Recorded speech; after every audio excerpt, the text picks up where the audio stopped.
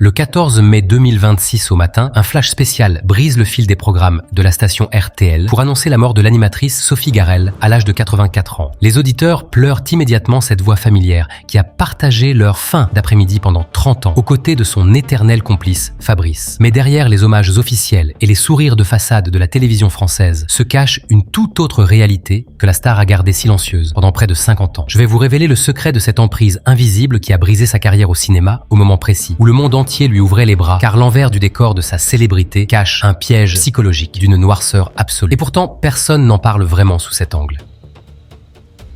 Il faut plonger dans les archives des années 60 pour comprendre comment la jeune Lucienne Gabrielle Garcia quitte définitivement la terre d'Algérie pour s'imposer sur les ondes parisiennes sous le nom de Sophie Garrel. À ce moment-là, rien ne semble anormal.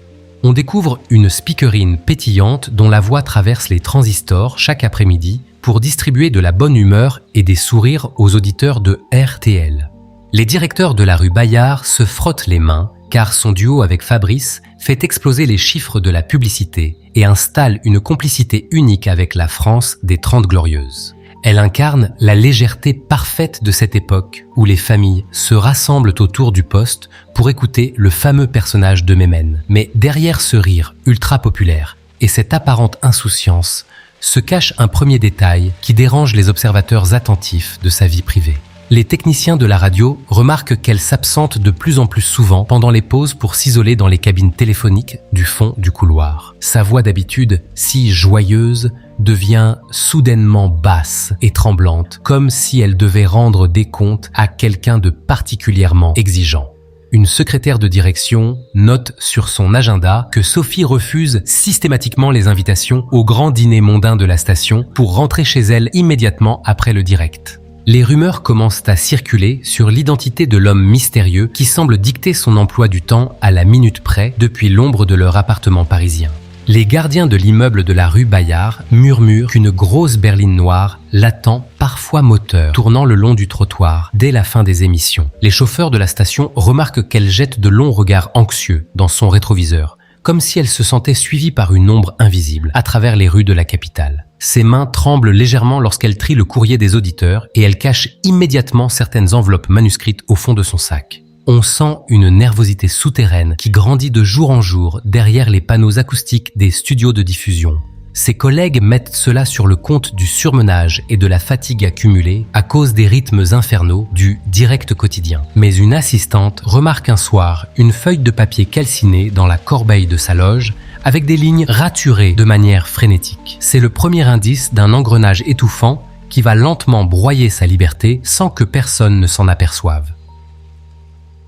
Les années défilent et la présence de Sophie Garrel devient un rendez-vous incontournable de la télévision et de la radio, au point que les plus grands producteurs lui proposent des ponts d'or pour des projets d'envergure. C'est là que ça devient étrange. Contre toute logique commerciale, la jeune femme décline systématiquement les contrats les plus lucratifs du cinéma et de la chanson française. Elle refuse d'exploiter le succès phénoménal de son passage à l'Eurovision 1968 à Londres, alors que sa prestation a prouvé au monde entier qu'elle avait le potentiel d'une star internationale. Ses collègues de travail de l'émission À tout cadeau remarquent qu'elle évite soigneusement de croiser le regard des photographes de presse dès que l'enregistrement se termine. Et là, quelque chose ne colle pas. Plusieurs réalisateurs de renom confient dans les coulisses qu'ils ont tenté de la joindre personnellement pour lui offrir des premiers rôles magnifiques sur grand écran. Mais à chaque tentative, un interlocuteur agressif décroche le téléphone à sa place pour rejeter les propositions avec une violence verbale inouïe. Sophie subit ce sabotage permanent sans jamais protester publiquement, comme si une force invisible lui interdisait de prendre son envol artistique. Son entourage professionnel commence à comprendre que la cage dorée de la célébrité est en train de se transformer en un piège psychologique d'une noirceur absolue. La tension monte d'un cran lorsque les maquilleuses de la chaîne doivent utiliser des astuces de professionnels pour masquer la fatigue extrême qui se lit sur son visage avant chaque direct. Les projecteurs du plateau éclairent des cernes de plus en plus profonds que les couches de fond de teint peinent à dissimuler. Lors des répétitions, elle reste assise dans un coin sombre, sans parler à personne, en fixant le vide, avec une détresse silencieuse. Le public ne voit rien de ce naufrage intérieur, car elle retrouve toute son énergie dès que le signal rouge du direct s'allume. Mais les techniciens en coulisses entendent ces soupirs de soulagement mêlés de larmes dès que l'émission bascule sur la page publicitaire. Sa vie se fragmente entre l'euphorie artificielle des plateaux et la réalité glaciale d'un quotidien totalement verrouillé par une présence invisible.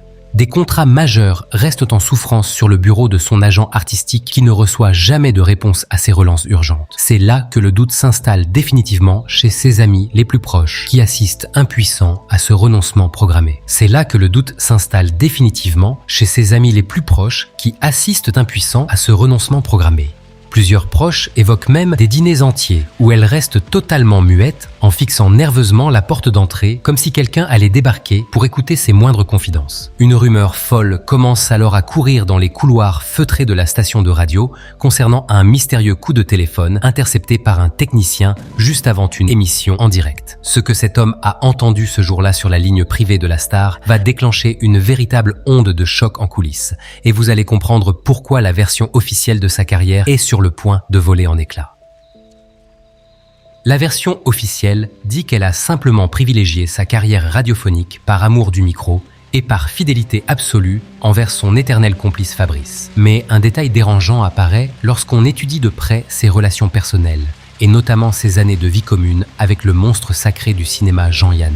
Les archives intimes décrivent un couple sous haute tension où l'acteur au génie destructeur ne supporte pas l'idée que sa compagne puisse briller autant que lui sous les projecteurs. On empile les doutes sur ce scénario du bonheur médiatique car la version officielle affirme également qu'en 1994, la direction de RTL l'a simplement mise à la porte pour rajeunir les équipes. Mais les témoignages des anciens de la station révèlent une réalité bien plus cruelle sur la manière dont cette pionnière des ondes a été jetée du jour au lendemain sans ménagement. Elle se retrouve brutalement privée de sa passion de toujours après 3 décennies de bons et loyaux services, sans que personne ne prenne la peine de lui organiser un véritable départ. Pourquoi une figure aussi aimée du public a-t-elle accepté de s'effacer dans un silence aussi lourd sans jamais tenter de mener une bataille médiatique pour défendre son honneur ? Les observateurs de l'époque comprennent que la blessure est bien plus profonde qu'un simple problème de contrat et qu'elle touche aux fondations même de sa vie de femme. On découvre que les bureaux de la direction étaient le théâtre de négociations secrètes où son propre compagnon intervenait directement pour influencer son avenir professionnel. Les standardistes de la rue Bayard se souviennent de conversations téléphoniques d'une violence inouïe entre l'acteur et les hauts dirigeants de la station. Il exigeait un contrôle total sur l'exposition médiatique de Sophie en menaçant de boycotter les antennes si ses exigences n'étaient pas respectées. L'animatrice se retrouvait prise en étau entre sa loyauté envers son employeur et la pression quotidienne qu'elle subissait à la maison. La rupture définitive avec la station en 1994 sonne comme le point final d'une longue dérive orchestrée dans le secret des cabinets de direction. Elle quitte les lieux par la petite porte en emportant ses cartons personnels sous les yeux baissés d'un personnel consigné au silence.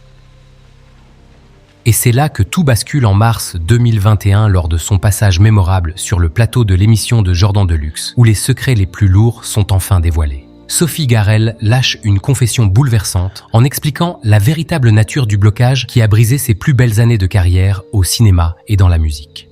Ce n'était pas un choix personnel et ce n'était pas de la simple jalousie amoureuse de la part de Jean-Yann. L'acteur exerçait une emprise psychologique et professionnelle totale en allant jusqu'à interdire physiquement aux producteurs de l'approcher sous peine de représailles dans le milieu du cinéma. Le triomphe quotidien qu'elle affichait à la radio aux côtés de Fabrice était en réalité son seul espace de liberté et sa seule thérapie pour survivre à l'isolement que lui imposait son compagnon. La révélation montre que la joyeuse Mémène cachait un combat quotidien contre la domination d'un homme dont le génie public masquait une tyrannie domestique implacable. Son éviction brutale en 1994 par une direction soucieuse de faire de la place aux jeunes a fini de briser le dernier rempart qui la rattachait à son public de toujours.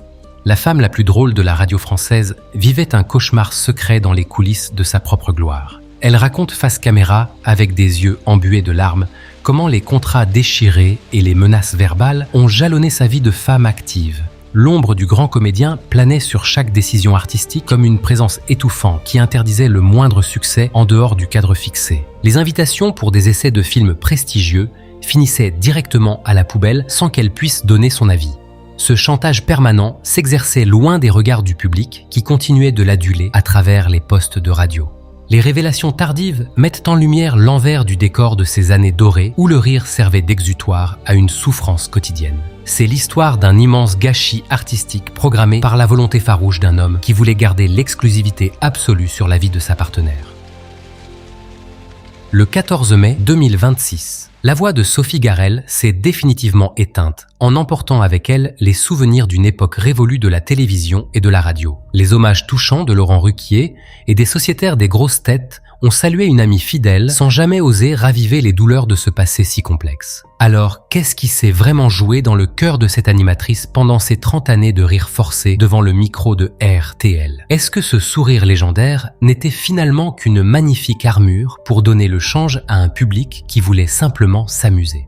Regardez attentivement les rediffusions de ces grands jeux télévisés, car la mélancolie de son regard trahit souvent la réalité de ce qu'elle traversait une fois les projecteurs éteints. Si vous pensez que d'autres grandes figures de cette génération ont sacrifié leur destin dans l'ombre de partenaires trop puissants, laissez votre avis en commentaire sous la vidéo. Tu crois sincèrement à la version officielle de La Vie de Château, aux côtés d'un artiste généreux et sans histoire? Les silences qui entourent sa fin de carrière soulèvent encore aujourd'hui des questions troublantes sur le prix de la notoriété à cette époque. Les archives audiovisuelles recèlent peut-être d'autres indices invisibles pour le spectateur non averti, mais évidents pour ceux qui connaissent le secret de sa vie. Le débat reste ouvert sur la responsabilité du milieu médiatique, qui a préféré fermer les yeux pour préserver le mythe du couple idéal. Dis-moi ce que toi tu en penses dans l'espace des commentaires ci-dessous.